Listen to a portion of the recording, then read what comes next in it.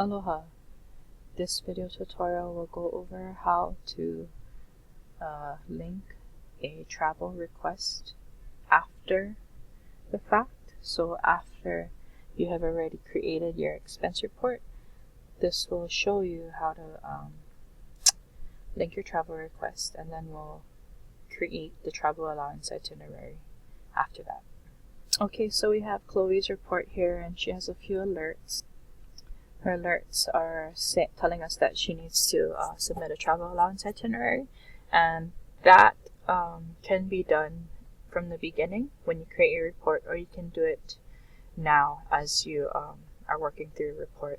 So first we're going to go and link her travel request, since it was not linked to this particular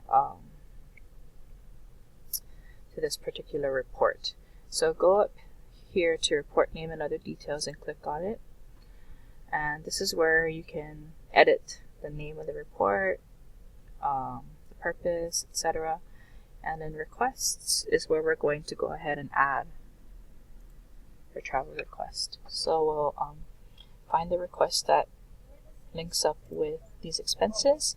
That's why it's really important to name your requests properly, with the dates are helpful, or the actual event is helpful too, and click on add. Then we're going to click on save.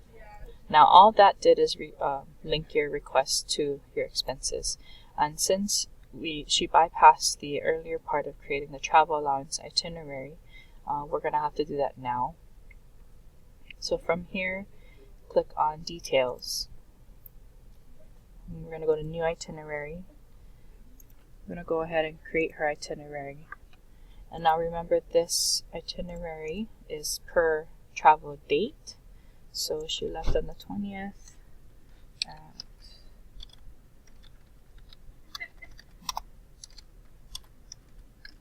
a.m. and she arrived in San Francisco at about 5 p.m. or so. Estimations are fine. And save. And you're going to go to and do the return. She returned back there on the 23rd. She left there in the morning.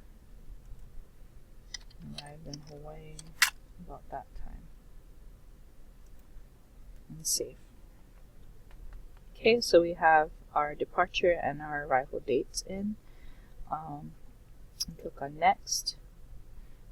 This is what's the box that will add it to your expenses. So if you've had any itineraries, they would show up here, and you can just link it that way. Click on next, and now we're going to tell Concur what meals were provided. So they had breakfast and lunch on the 2 days of the conference. That way it will give you your per diem rates that are available. Okay, create expenses, and as you can see, all the alerts have disappeared, telling us that we have a travel allowance in.